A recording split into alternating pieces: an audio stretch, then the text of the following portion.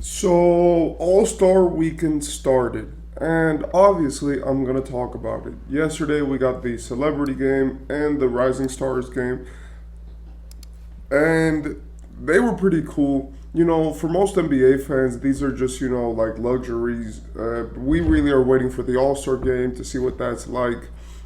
Obviously, it does matter. All Star Weekend is a big moment in the NBA, or at least when it comes to how the league sets it up. It's a pretty cool moment just to celebrate basketball by bringing in some celebrities, by bringing in some younger players, than having the real stars at the end of the weekend on Sunday.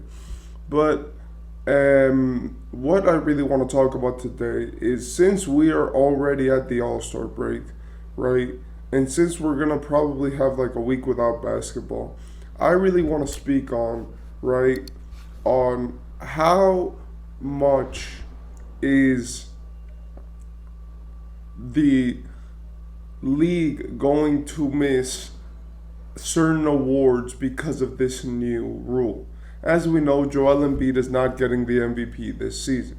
Even though he's been playing like the best player, it's obvious that he's exerted his body way too far and that he's played through injury even when he didn't have to, just to get that MVP. And by the way, that is facts.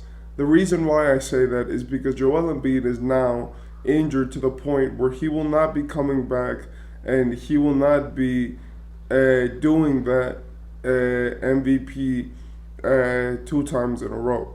The reason why is because the league and the NBA added a 65 game cap on major awards like All NBA, MVP, etc. And that has really caused the league to, have to change according to these,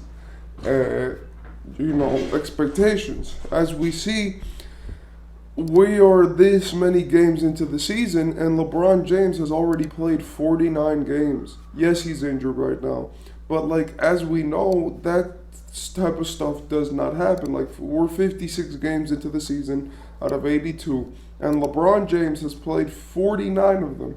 If you guys don't know, LeBron James is notorious, especially at his old age, for missing time.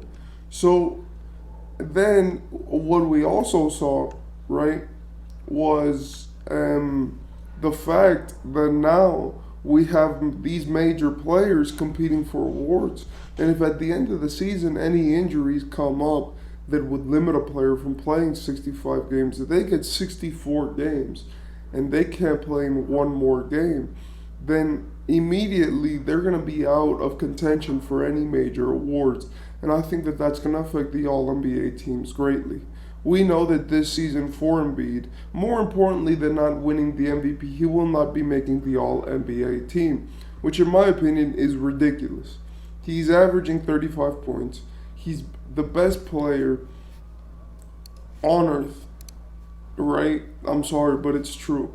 And now he won't even make the biggest, like just the best teams in the league because he can't play the amount of games due to injury. So, in my opinion, this is a problem with the league. Obviously, it is very important for the NBA to have its players playing. And I will not deny that this new rule has made it so that NBA players have to play. Kawhi Leonard and LeBron James, two historically, load management players, have both played 49 and 48 games this season. And that is a lot. Kawhi Leonard last season played 52 games last season. This season he's played 48, and we're missing like 30 or 26 games. So it's obviously working. People want to be on the court now. People need to be on the court, because if not, then they're obviously going to miss out on the awards which they want to get. But in my opinion, when we look at this NBA, it will become a problem eventually when players stop caring about these things. I'm sorry, but there will get to a point where some players just will not be able to play those 65 games, and they'll stop caring. right? Like the fact that the player who's going to lead the league in scoring in Joel Embiid, or maybe not because he's not going to play the amount of games that it's necessary to even lead the league in scoring, I don't think. But a guy who's averaging 35 points, a guy who has been spectacular for the entire season, and a guy who now has officially, by the way, missed the opportunity to get the MVP and the All NBA nod. In my opinion, that is trash because you're forcing these players to play harder than they usually do, but you're also forcing them to, come back and have to play through injury just to get these awards. Now, a lot of people might say, no, it's the players who force themselves because they want these awards to play through injury. And that's not the case because Tyrese Halliburton went on JJ Redick's podcast the other day, and as I was watching, he was talking about these new rules. And these rules, he said, they did make me come back sooner. Like, he spoke on how the fact that he came back so soon from his injury that he had to lift his leg into his car because he just couldn't move it because he was still injured. And when we see these situations where it's like a player has to go through this just to get an All-NBA team, we're saying okay, so what is the league going to do? Lowering the amount of games is something that has been spoken on. But the whole problem with that is that it would ruin the history of the NBA. Or at least it would alter it, right? The NFL added more games. Maybe the NBA wants to take some off just to create more, retention in each game. But also, the NBA is a very structured league. So I imagine the 82 game system, they're pretty comfortable with it, right? But what we do have to speak on and what we do have to see is what is the solution to these problems? Your superstars are always going to have to rest. And that is just a fact. They play the most minutes every night, they're expected the most, and then you have to have them ready for the playoffs. Those three things will make a superstar naturally be more tired, have more wear and tear on their body. And a lot of people are going to say, yes, but you're a superstar. You're supposed to be able to do all of that. Yeah, that's true.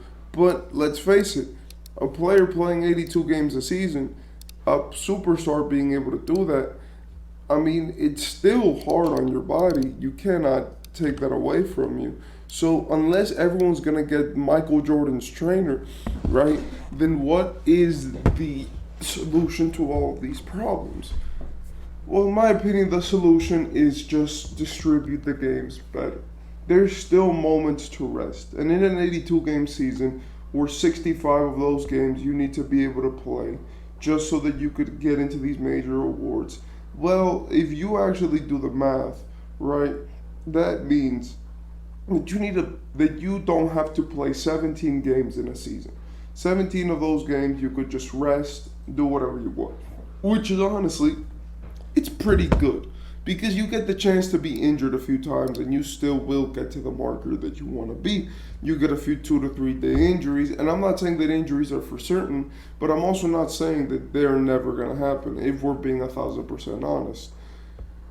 But if we're being 100% truthful with each other, then we also have to say okay, maybe you get 17 games, but how would you distribute that, right? So that everyone can get a chance to play and actually be there. I do agree that with superstars being out and with the way that the league is run, it's going to be harder for the NBA to regulate fans pay for tickets, right? When these same fans that pay for these tickets have to go and they watch the superstars play. But I also think that with the league, this rule is definitely adding a new dynamic. The one thing that I will say before I go is that this season has been the most successful season ever in having all the superstars play a lot of minutes.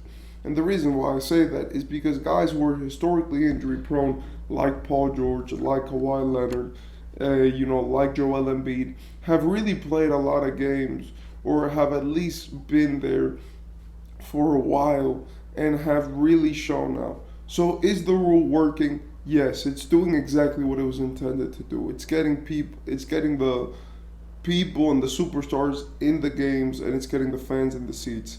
But is it effective enough when you think about how the top stars are going to get snubbed for major awards? That's a whole nother question.